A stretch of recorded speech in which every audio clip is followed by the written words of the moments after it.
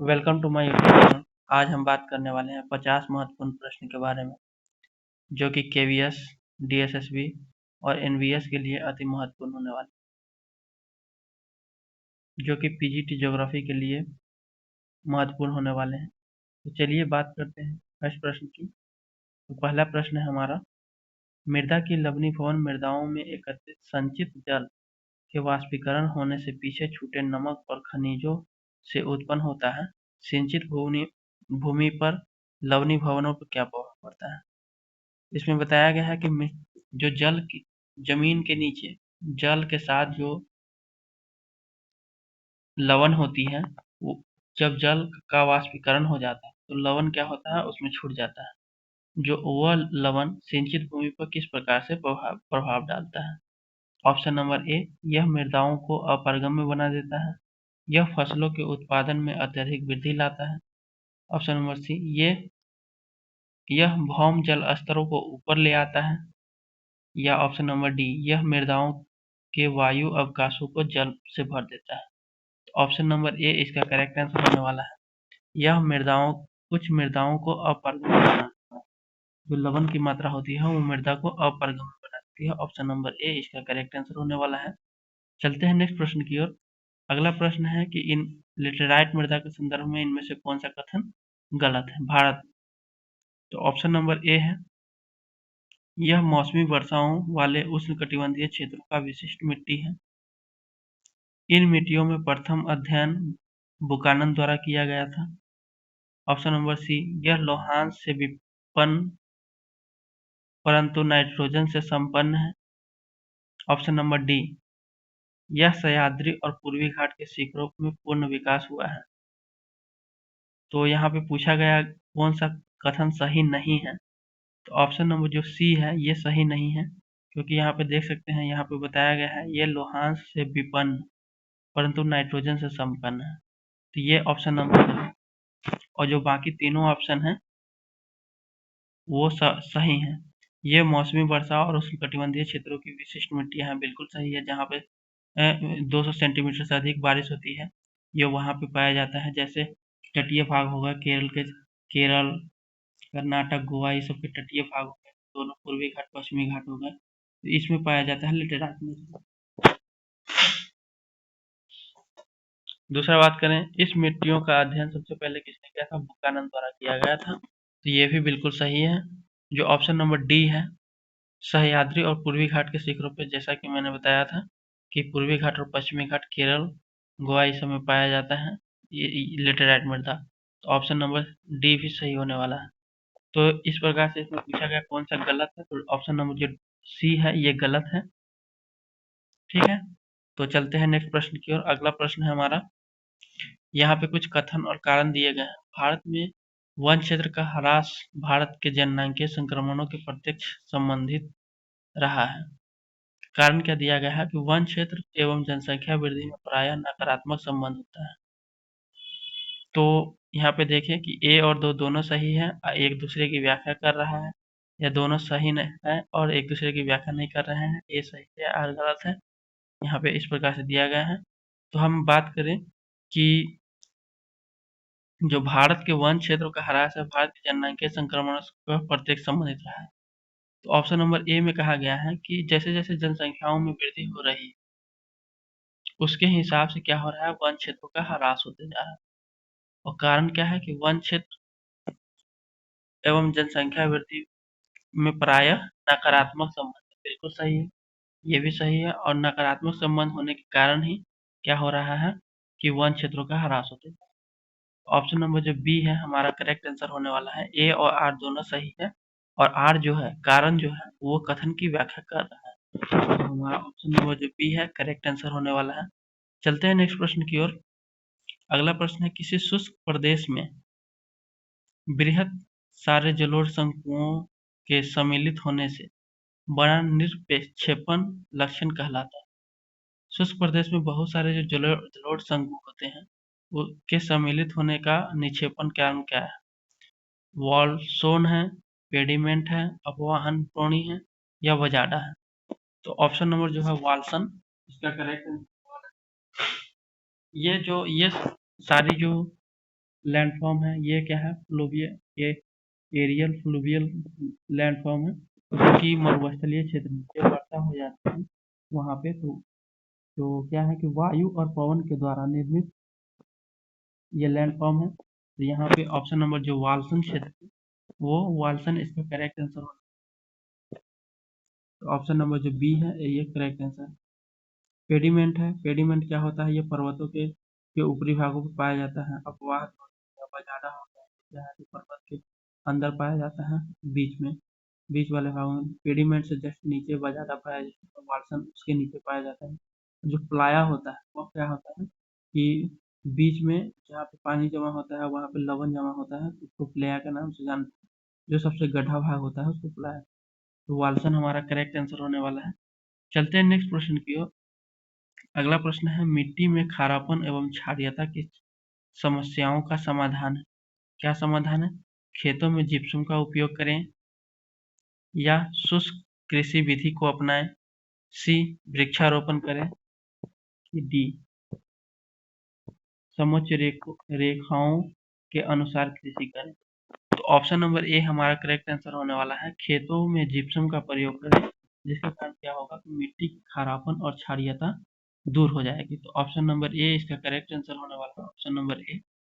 चलते हैं नेक्स्ट प्रश्न की ओर। जिप्सम का उपयोग करने से क्या है कि मृदा की क्षारीयता और अम्लीयता को दूर करने के लिए क्या प्रयोग करते हैं? चूना पत्थर का उपयोग करते हैं, या चूना चूना का उपयोग करते हैं कि मिट्टी की क्षारी और उसको अम्लीयता को कम करना है तो चूना, और अगर क्षारीयता को दूर करना है तो जिप्सम का प्रयोग करेंगे। चलते हैं नेक्स्ट प्रश्न की ओर। अगला प्रश्न है हमारा, तेजाबी मिट्टी को कृषि योग्य बनाने हेतु निम्नलिखित में से किसका उपयोग किया जाता है? तो जो तेजाबी मिट्टी है उसको उपयोगी बनाने के लिए किसका उपयोग करेंगे? जिप्सम का, लाइम का, कैल्शियम सुपर फॉस्फेट का, वेजिटेबल्स कंपोस्ट का। तो यहाँ पे जो लाइम का प्रयोग है उसका प्रयोग करेंगे। तेजाबी मिट्टी है उसको, जो तेजाबी मिट्टी को उपजाऊ बनाने में लाइम का प्रयोग करते हैं। तो ऑप्शन नंबर बी हमारा करेक्ट आंसर होने वाला है। चलते हैं नेक्स्ट प्रश्न की ओर। अगला प्रश्न है हमारा, भारत में लवणीय मृदाओं का सर्वाधिक क्षेत्रफल है। भारत में लवणीय मृदा का सर्वाधिक क्षेत्रफल कहाँ है? Haryana, option number A, option number B Uttar Pradesh, option number C Gujarat, option number D Maharashtra. तो कहाँ पे होने वाला? गुजरात में। ऑप्शन नंबर जो सी है ये करेक्ट है, मतलब ज्यादा कहाँ पाई जाती है? गुजरात में पाई जाती है। क्योंकि क्या है कि यहाँ पे सबसे जो मरुस्थलीय क्षेत्र, जो यहीं से जो कच्छ क्षेत्र है, कच्छ क्षेत्र है और समुद्री क्षेत्र है, तो वहाँ पे क्या है कि समुद्री क्षेत्र में सबसे ज्यादा लवण पाई जाती है, और जो मरुस्थलीय क्षेत्र,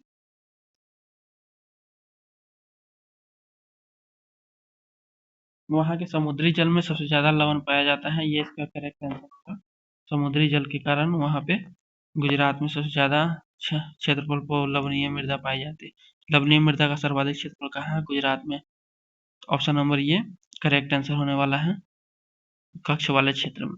तो चलते हैं नेक्स्ट प्रश्न की ओर। अगला प्रश्न है हमारा, पश्चिमी राजस्थान के की मिट्टी में किसकी मात्रा अधिक? तो पश्चिमी राजस्थान में किसकी मात्रा अधिक है मिट्टी में? तो calcium, option number A, option number B aluminium, option number C nitrogen, option number D phosphorus. कौन सा करेक्ट होने वाला है? ऑप्शन नंबर ए करेक्ट होगा, कैल्शियम। राजस्थान, पश्चिमी राजस्थान की जो मिट्टी है उसमें किसकी मात्रा अधिक होती है? कैल्शियम। ऑप्शन नंबर डी इसका करेक्ट आंसर। चलते हैं नेक्स्ट प्रश्न की ओर। अगला प्रश्न है कि भारत के कुछ भागों में यात्रा करते हुए आप देखेंगे कि कहीं कहीं लाल मिट्टियाँ पाई जाती है, और मिट्टी के इस रंग का प्रमुख कारण क्या है?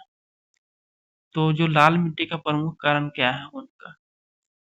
ऑप्शन नंबर ए संचित humus, option number B magnesium और बाहुल्य, option number C ferric oxide की विद्यमानता, ऑप्शन नंबर डी फॉस्फेट की बाहुल्यता। तो जो फेरिक ऑक्साइड, इसके कारण क्या होता है मिट्टियां लाल दिखाई। तो ऑप्शन नंबर जो सी है हमारा करेक्ट आंसर होने वाला है, फेरिक ऑक्साइड के कारण क्या होती है मिट्टियां लाल। चलते हैं नेक्स्ट प्रश्न की ओर। अगला प्रश्न है, मृदा संरक्षण के संदर्भ में निम्नलिखित प्रचलित पद्धतियों पर विचार कीजिए। ऑप्शन ए समस्यावर्तन या सस्यावर्तन माने फसलों के हेर फेर, कि बालू का बाढ़, मृदा संरक्षण के लिए कौन सी तकनीक अपनाना चाहिए, कि फसलों को हेर फेर करता रहना चाहिए, कि बालू की बाढ़ बनानी चाहिए, कि वेदिका निर्माण करनी चाहिए, या वायु रोध करना चाहिए। भारत में मृदा संरक्षण के लिए उपयुक्त में से कौन सी विधि उपयुक्त समझी जाती है? तो यहाँ पे देखेंगे कि दो और चार दोनों हैं, मतलब दो सस्यावर्तन और वायु रोध है, कि एक दो तीन सब सही है, कि एक तीन चार सही है, कि चारों सही है। तो जो ऑप्शन नंबर सी है हमारा करेक्ट आंसर होने वाला है। सस्यावर्तन माने फसलों का हेर फेर करके हम मृदा को संरक्षित कर सकते हैं। और अगर देखें तो जो है वेदिका निर्माण करके माने ट्रेसिंग करके भी हम मृदा संरक्षण कर सकते हैं, और वायु रोध करके भी हम मृदा को संरक्षित कर सकते हैं। तो ऑप्शन नंबर जो सी है हमारा करेक्ट आंसर होने वाला है। इसमें से बालू की बाढ़ बना करके ये सही नहीं है। बालू की बाढ़ बनाकर हम मृदा का संरक्षण नहीं कर सकते हैं। ऑप्शन नंबर सी हमारा करेक्ट आंसर होने वाला है। 1, 3 और 4 राइट आंसर होने। चलते हैं नेक्स्ट प्रश्न की ओर। अगला प्रश्न है हमारा, मरुस्थलीय क्षेत्रों में जल ह्रास को रोकने के लिए निम्नलिखित में से कौन सा पर्ण रूपांतरित होता है? ऑप्शन नंबर ए कठोर और मोमी पर्ण, ऑप्शन नंबर बी लघु पर्ण और पर्णहीनता, ऑप्शन नंबर सी पर्ण की जगह कांटे। कौन सा सही है? तो ऑप्शन नंबर डी सही है। 1, 2, 3 सही, हमें तीनों सही है। जो क्या है? कठोर और मोमी पर्ण, ये भी सही होगा। मरुस्थलीय क्षेत्रों में जल ह्रास को रोकने के लिए निम्नलिखित में से कौन सा रूपांतरित होता है? जल मरुस्थलीय क्षेत्र में जल ह्रास होता है, मतलब मरुस्थलीय क्षेत्र में क्या होता है, जल की कमी होती है। इसलिए कौन सा पौधा लगाएं कि सबसे ज्यादा जल का ह्रास न हो, सबसे कम से कम जल को वाष्पित करे?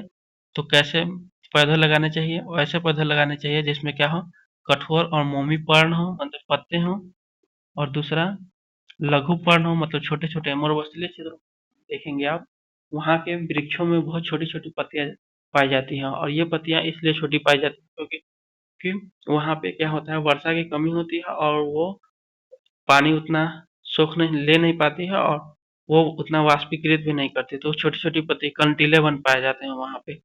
तो इसलिए कहा गया है कि लघु पर्ण और पर्णहीनता पाई जाती है। कभी कभी पर्ण होते भी हैं और कहीं कहीं नहीं भी होते हैं, कांटेदार वृक्ष पाए जाते हैं। तो ऑप्शन नंबर बी भी सही है, जो मतलब दो है ये भी सही है, दूसरा कथन। ऑप्शन नंबर जो सी है, पर्ण की जगह कांटे, ये तो बताया ही, कांट कांट वाले बन पाए जाते हैं। तो इस प्रकार से ऑप्शन नंबर जो डी है हमारा राइट आंसर होने वाला है। 1, 2, तीनों सही है। चलते हैं नेक्स्ट प्रश्न की ओर। चंबल घाटी के खोंड खड़ों में का निर्माण किसके कारण हुआ है? चादरी के कारण हुआ है, स्फावलन के कारण हुआ है, फाल्वन के कारण हुआ है, कि क्षुद्र सरिता के कारण हुआ है, या अवनालिका के कारण हुआ है? तो ये जो चंबल की घाटी है उसका निर्माण किसके कारण हुआ है? अवनालिका के कारण हुआ है। ये अवनालिका का निर्माण, जब वर्षा होती है तो वहाँ पे क्या होता है, तेज पानी के बहाव के चलते मिट्टियों का कुछ भाग कटाव हो जाता है, तो कुछ उठा उठा भाग सा रह जाता है। तो चंबल घाटी का निर्माण कुछ इसी प्रकार हुआ है। तो ऑप्शन नंबर डी हमारा राइट आंसर होने वाला है। Option number D. चलते हैं नेक्स्ट प्रश्न की ओर। भारत में मृदा संरक्षण की समस्या संबंधित है, किससे संबंधित है? वनोन्मूलन से, option number A. Option number B अतिशय वर्षा से, ऑप्शन नंबर सी अतिशय कृषि से, ऑप्शन नंबर डी अतिचारण से। तो भारत में मृदा संरक्षण अपक्षय की समस्या किससे संबंधित है? तो यहाँ पे देखें, ऑप्शन नंबर डी हमारा करेक्ट आंसर होने वाला है। मृदा अपक्षय की समस्या वनोन्मूलन से संबंधित है और अतिचारण से संबंधित है। नहीं, अतिशय वर्षा से संबंधित है, सॉरी। अतिशय वर्षा से संबंधित है और अतिचारण से संबंधित है। ऑप्शन नंबर डी हमारा करेक्ट आंसर होने वाला है। ऑप्शन नंबर डी हमारा करेक्ट आंसर हो जाएगा, अतिशय वर्षा और अतिचारण। चलते हैं नेक्स्ट प्रश्न की ओर। अगला प्रश्न है हमारा, हिमालय की मिट्टी में ह्यूमस प्रचुर मात्रा में पाया जाता है, ये कथन है। कारण क्या दिया गया है कि हिमालय में सर्वाधिक क्षेत्र वन आच्छादित है। तो अगर कथन देखें तो हिमालय में मिट्टियों में ह्यूमस की मात्रा प्रचुर पाई जाती है, ये बिल्कुल रॉन्ग है कथन हमारा, क्योंकि क्या है, हिमालय की मिट्टी में ह्यूमस नहीं पाई जाती है प्रचुर मात्रा में। और दूसरी चीज कि हिमालय में सर्वाधिक क्षेत्र वनाच्छादित है। ये तो बिल्कुल सही है कि हिमालय का क्षेत्र वो वनाच्छादित है। यहाँ पे देखें हम तो कथन गलत है और कारण जो है सही है। तो इस प्रकार से देखें तो ऑप्शन नंबर डी है हमारा राइट आंसर होने वाला है, ऑप्शन नंबर डी। चलते हैं नेक्स्ट प्रश्न की ओर। अगला प्रश्न है कि ह्यूमस उदाहरण किसका उदाहरण है? क्रिस्टलोइड का है, option number A. Option number B मृदा संरचना का है, ऑप्शन नंबर सी जैविक क्लोइड का है, कि ऑप्शन नंबर डी उपयुक्त में से कोई नहीं। तो ऑप्शन नंबर सी हमारा राइट आंसर होने वाला है। ह्यूमस क्या है? इसका उदाहरण है जैविक क्लोइड का उदाहरण है। तो ऑप्शन नंबर सी हमारा राइट आंसर होने वाला है। चलते हैं नेक्स्ट प्रश्न की ओर। अगला प्रश्न है हमारा, भारत में निम्न में से किस क्षेत्र में मृदा अपरदन की समस्या गंभीर है? तो यहाँ पे ऑप्शन नंबर ए देखेंगे, शिवालिक पहाड़ियों की पाद क्षेत्र है। पाद क्षेत्र मतलब शिवालिक क्षेत्र, पहाड़ी जो है उसका निचला वाला हिस्सा जो है उसमें सबसे ज्यादा मृदा अपरदन की समस्या पाई जाती है, या मालवा पठार में पाई जाती है, या दंडकारण्य क्षेत्र में पाई जाती है, या मेघालय पठार में पाई जाती है। तो यहाँ पे देखें शिवालिक पहाड़ी जो है उसके जो निचला वाला भाग है, पहाड़ी क्षेत्र है, वहां पर सबसे ज्यादा मृदा अपरदन की समस्या देखी जाती है। तो इस प्रकार से ऑप्शन नंबर राइट आंसर होने वाला है। चलते हैं नेक्स्ट प्रश्न की ओर। अगला प्रश्न है, भारतीय मृदाओं में से जिस सूक्ष्म तत्वों की सर्वाधिक कमी है वह क्या है? तो वो है जस्ता। भारत में की मृदा जो है सबसे ज्यादा सबसे कम पाई जाती है। कौन सी तत्व? जस्ता सबसे कम पाई जाती है। बात करें अगले प्रश्न की, तो अगला प्रश्न है, लाल मिट्टी के बारे में निम्नलिखित में से कौन सा कथन सत्य है? यह पोटाश में समृद्ध है, यह ह्यूमस में समृद्ध है, यह लौह यौगिकों में समृद्ध है, या ऑप्शन नंबर डी यह ज्वालामुखी उद्गम से प्राप्त की गई है। तो हम देखें लाल मिट्टी में किसकी मात्रा पाई जाती है? तो लौह यौगिकों की समृद्धि पाई जाती है। ऑप्शन नंबर सी हमारा राइट आंसर होगा। ऑप्शन नंबर सी, इसमें क्या होती है, लाल मिट्टी में लोहा अधिक पाई जाती है। बात करें अगले प्रश्न की। अगला प्रश्न हम देखते हैं, भारत की लाल मृदाओं के बारे में निम्नलिखित तथ्यों में से कौन सा सही है? तो लाल मृदा की बात करें तो मृदा का रंग फेरिक ऑक्साइड का अंश के कारण लाल दिखाई देता है, बिल्कुल सही है। ये लोहा की मात्रा के कारण लाल दिखाई देता है। ऑप्शन नंबर बी, लाल मृदा में चूनापत्थ, ह्यूमस और पोटाश जो है वो भरपूर होता है। ये बिल्कुल सही नहीं है, उसमें चूना और ह्यूमस पोटाश नहीं पाया जाता है। वे संरद्ध होती है और उसकी संरचना चूर्णशील होती है। ये बिल्कुल सही है कि जो लाल मृदा है ये संरद्ध होती है और उसकी संरचना चूर्णशील होती है। ऑप्शन नंबर ए हमारा राइट आंसर होगा। ऑप्शन नंबर ए, एक और तीन हमारा राइट आंसर होने वाला। चलते हैं नेक्स्ट प्रश्न की ओर। अगला प्रश्न है हमारा, यहाँ पे कुछ सुमेलित करना है। तो कौन सा सुमेलित है, कौन सा युग? तो लाल मिट्टी है उसका निर्माण किसके कारण होता है? अत्यधिक निछालन के कारण होता है। तो ये ऑप्शन नंबर ए है जो है हमारा राइट आंसर होने वाला है, बाकी सब रॉन्ग है। तो ये ऑप्शन नंबर ए हमारा सही है। चलते हैं नेक्स्ट प्रश्न की ओर। अगला प्रश्न हम देखेंगे, अधोलिखित युगों में से कौन सा सही सुमेलित नहीं है? तो रेगुर मिट्टी महाराष्ट्र से, जलोढ़ मिट्टी उत्तर प्रदेश से, लेटेराइट मृदा पंजाब से, लाल और पीली मृदा छत्तीसगढ़ से। तो ऑप्शन नंबर जो सी है लेटेराइट मृदा, ये पंजाब से नहीं, ये पूर्वी और पश्चिमी घाटों से संबंधित है, जहाँ पे वर्षा दोनों अधिक होती है। और पंजाब जो है यहाँ पे 150 से 200 सेंटीमीटर के बाढ़ होती है। और यहाँ के पंजाब के पश्चिमी भागों में तो उससे भी कम वर्षा होती है। तो इसलिए लेटेराइट मृदा जो पंजाब में, इसलिए जो ये है करेक्ट आंसर होने वाला है, शायद पंजाब से संबंधित है। बाकी जो रेगुर मिट्टी देखें तो ये महाराष्ट्र में है, और जानते हैं आपके पास ज़्यादा उत्पादित होता है। ये बिल्कुल सही है। जलोढ़ मृदा गंगा बेल्ट के क्षेत्र में पाया जाता है, बिल्कुल सही। जो लाल और पीली मिठाई। बात करें नेक्स्ट प्रश्न की। अगला प्रश्न है, पोडजोल क्या है? पोडजोल शुष्क प्रदेशों की मिट्टी है। ऑप्शन नंबर ए। कि ऑप्शन नंबर बी कोंधारी वन प्रदेशों में पाई जाने वाली मिट्टी है, कि ऑप्शन नंबर सी अत्यधिक उर्वरक जलोढ़ मिट्टी है, कि ऑप्शन नंबर डी इनमें से कोई नहीं। तो जो पोडजल है वो कोंधारी वन प्रदेशों में पाई जाने वाली क्या है, मिट्टी। कोंधारी वन क्या होते हैं, कोंधारी वन वहाँ पाए जाते हैं जो क्या है कि जो बर्फीली एरिया वाले जो क्षेत्र है वहाँ पे पाया जाता है कोंधारी वन। तो कोंधारी वन इसलिए कहा जाता है कि जो वृक्षों की पत्ती होती है वो कोनदार होती है, क्योंकि क्या होता है जो बर्फबारी होती है वो आसानी से पत्तों पर जम ना सके, वो आसानी से फिसल करके नीचे गिर जाए। इस कारण क्या है कि वहाँ पे कोन जो पत्तों का शेप होता है वो कोन के आकार का होता है। तो इस प्रकार से ऑप्शन नंबर जो बी है वहाँ करेक्ट आंसर होने वाला है ऑप्शन नंबर बी। जो पोडजल पोडजल है वो कोंधारी वन में पाए जाने वाली मिट्टी होती है। ऑप्शन नंबर ए बी हमारा राइट आंसर होने वाला है। चलते हैं नेक्स्ट प्रश्न की ओर। अगला प्रश्न है, मृदा के संबंध में निम्नलिखित में से कौन सा कथन सही है। तो मृदा के संदर्भ में अगर देखें तो जलोढ़ मृदा नाइट्रोजन से संपन्न होती है, ऑप्शन नंबर ए।